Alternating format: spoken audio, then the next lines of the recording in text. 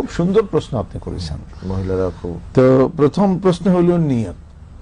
আমাদের দেশে আমরা ছোটবেলায় এরকম ঢুলে ঢুলে নিয়ত নাওয়াইতু আন উসাল্লি আলিল্লাহি তাআলা রাকাতাই সালাতিল ফাজর এইবার মুখস্থ করছি একবার খামাখাই। কারণ নিয়ত মানে ইচ্ছা, মনের ইচ্ছাকে নিয়ত বলে। মুখে যে উচ্চারণ করা হয় এটা নিয়ত না। যেমন আপনি বাজারে যাচ্ছেন, এখন বাজারে সদাই করবেন, আপনি কত সদাই না করবেন, আপনি বলেন আমি রুই মাছ কিনবো, আমি নিয়ত করে দিয়েছি না, ওই যে মনে মনে ধারণা যে আপনি কি করতে যাচ্ছেন ওইটাই নিয়ত হয়ে গেল। নিয়ত নামাজের জন্য ঠিক এরকমই নিয়ত। আপনি নিয়ত মানে সিনসিয়ারিটি, আপনি সজাগ হলেন যে আপনি কাজটা করছেন, নামাজ ফরজ পড়ছেন কি সুন্নত পড়ছেন, আপনার জানা আছে, আপনার অন্তরে জানা আছে, ইরাদাতুল কলব, এটাই হলো নিয়া। সুতরাং উচ্চারণ করা এটা বিদআত। তারা বেশি প্রশ্ন করেছেন। আসসালামু আলাইকুম ওয়া রাহমাতুল্লাহ। ওয়া আলাইকুম সালাম। আমাদের ভাইয়েরা সালাত আদায় করতে গিয়ে আরবিতে কিংবা বাংলায় নিয়ত করেন, তা কি ইমাম আবু হানিফা রাহিমাহুল্লাহ কোনো কিতাবে উল্লেখ করেছেন বা উল্লেখ আছে, অথবা এর উৎপত্তি কোত্থেকে হয়েছে? জি, জাযাকুমুল্লাহ খাইর। সালাতের মধ্যে নিয়ত করা ওয়াজিব, নিয়ত করতেই হবে, ফরজ। নিয়ত ছাড়া সালাহ হবে না।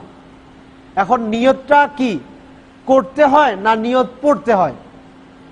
নিয়ত করতে হয়, নিয়ত পড়তে হয় না। এটি মনে রাখলে সলিউশন চলে আসে।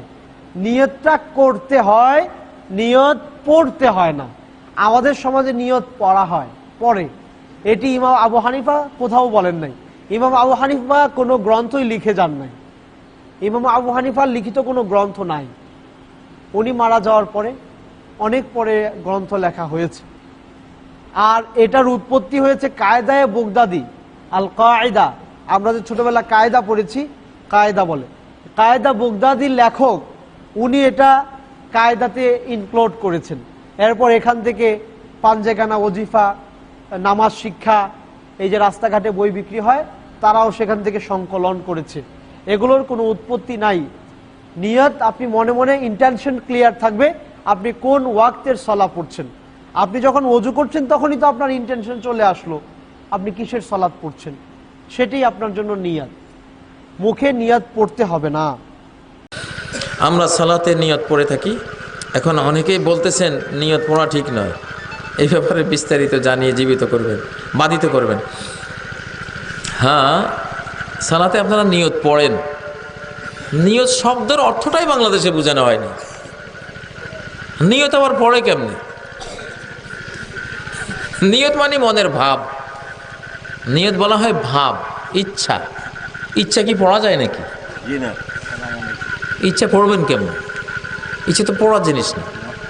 নিয়ত মানে তার মনোভাব। মনোভাবটা কি? মনের মধ্যে একটা ভাব লুকিয়ে আছে, ওটা মনেই থাকবে।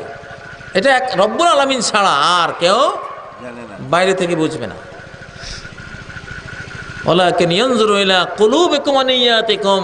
আল্লাহ দেখেন তোমাদের অন্তর, অন্তরের মধ্যে কি নিয়ত আছে, এটা উনি দেখেন। এখন বাংলাদেশের নিয়ত হচ্ছে নাওয়াইতু আন উসাল্লিয়া, আর কোরআন হাদিসের নিয়ত হলো মনোভাব, ইখলাস, তাওহীদ। ভিতরে আল্লাহমুখিতা আছে কিনা। এই লোক কি আল্লাহকে খুশি করার জন্য নামাজে দাঁড়াইছে না মানুষকে খুশি করার জন্য? ভাবটা কি? ভাবটা কি মানুষকে খুশি করবার ভাব না ভাবটা আল্লাহকে খুশি করার ভাব? এই ভাবকে বলা হয় নিয়ত। ইন্টেনশন কি? তার ইচ্ছা কি, চাহিদা কি ভিতরে, যেটা অন্তরে লুকিয়ে আছে, ওইটা। এটা তো মুখে বলা জিনিস না। নাওয়াইতু নুসাল্লি আলিল্লাহি আরবা রাকাত, একবার আরবা, আবার সালাসে রাকাত, আবার রাকাতায়।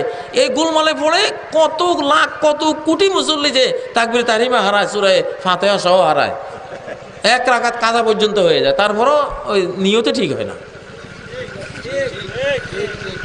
বেদাত আসলেই সুন্নত বিদায় নেয়।